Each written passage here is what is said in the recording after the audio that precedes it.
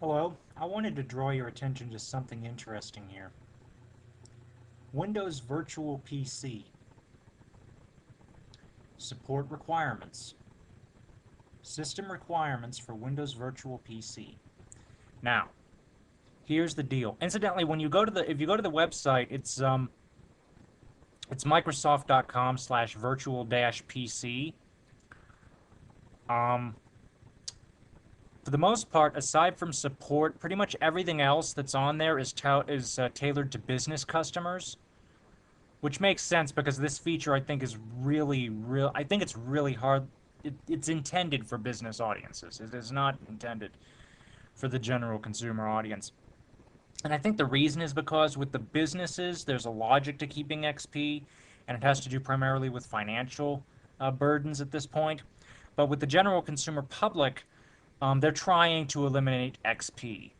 And when we get through the hardware requirements, you might be scratching your head, as I am, because they want to eliminate XP, yet the virtual machine is available, which I don't mind if it were basically touted for the operating system it said it was going to be touted for, which was basically operating systems, with the exception of Ultimate, geared towards the business market, Ultimate being for everyone.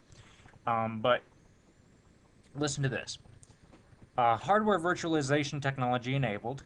That I'm assuming is going to be by default, but at least it was for me. 1 gigahertz 32 or 64-bit processor required. You need to have at least a gig and a quarter, 1.25 gigabytes of RAM, 2 gigs recommended.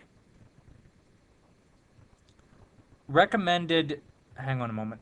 Recommended 15 gigs of hard disk space per virtual Windows environment.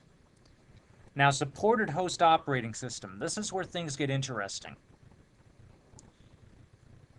These are supported operating systems for XP, for the XP Virtual PC.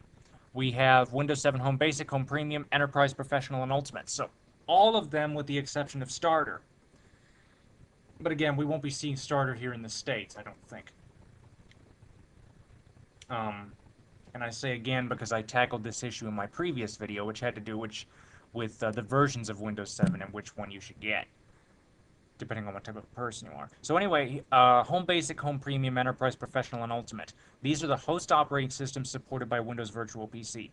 Now I want you to take a look at this here. Note, Windows XP mode is only available in Windows 7 Enterprise, Windows 7 Professional, and Windows 7 Ultimate. That's confusing, because if all the operating systems are going to be supported as the host operating system, yet it's only available in again, Enterprise, Professional, and Ultimate. What is that saying? I mean, are we going to see Windows Virtual PC preloaded onto Professional, Enterprise, and Ultimate and have to download Virtual PC for the rest of the operating systems? Or is this a misprint? So I'm scratching my head. I'm going to assume it's the former. It's the first of the two. In other words, that it will be pre-installed on Professional, Enterprise, and Ultimate, but available for users of Home Premium, Home Basic, Home Premium and Home Basic. So we'll just have to see what happens. But I think that's interesting. What is your take on it? I also find it's kind of strange. Anyway, comments and questions are welcome. Thank you for watching, and have a nice evening.